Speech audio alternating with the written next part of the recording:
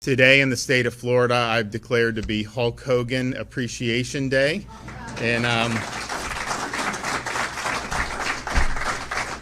in recognition of somebody who was obviously a major figure for many, many decades, particularly for kids, people in my generation, was a big guy. We are 1 week outside of Terry Hulk Hogan Balea's passing, and I have witnessed a lot of incredible stories that people have shared in videos of the immortal Hulk Hogan treating fans with love and respect.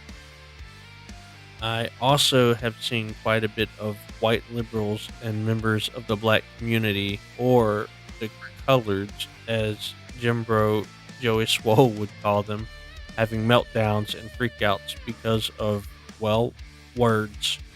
Now, we can go down the Hogan rabbit hole of his racist comments from nearly 18 years ago, but the reality of the situation is his comments weren't actually racist.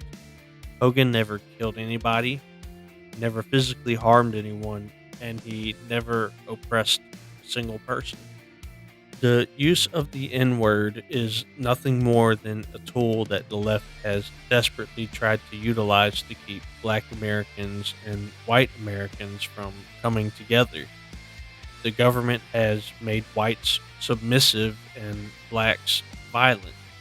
Not all, mind you, but you can read through the comments on just about anybody giving their tribute to Hogan, and you'll see the influx of hate amongst the very people who claim they are full of love and tolerance. These are the same people that will tell you love is love, all while dancing on the grave of one of the most influential people of the last 100 years.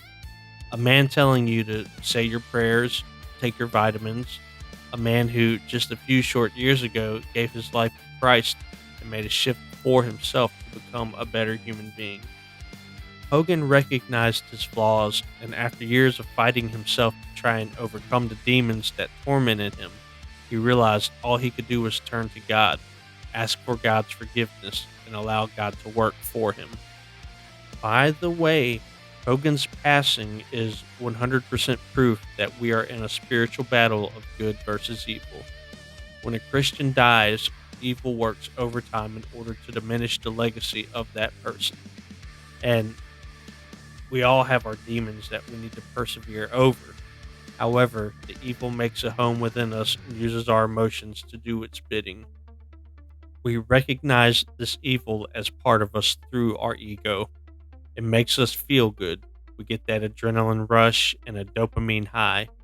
This is an everyday thing, and it's become so normal that we don't even recognize it because we live life in automatic mode. A wise man once said to stay present and aware, to place thoughts in isolation and they will pass.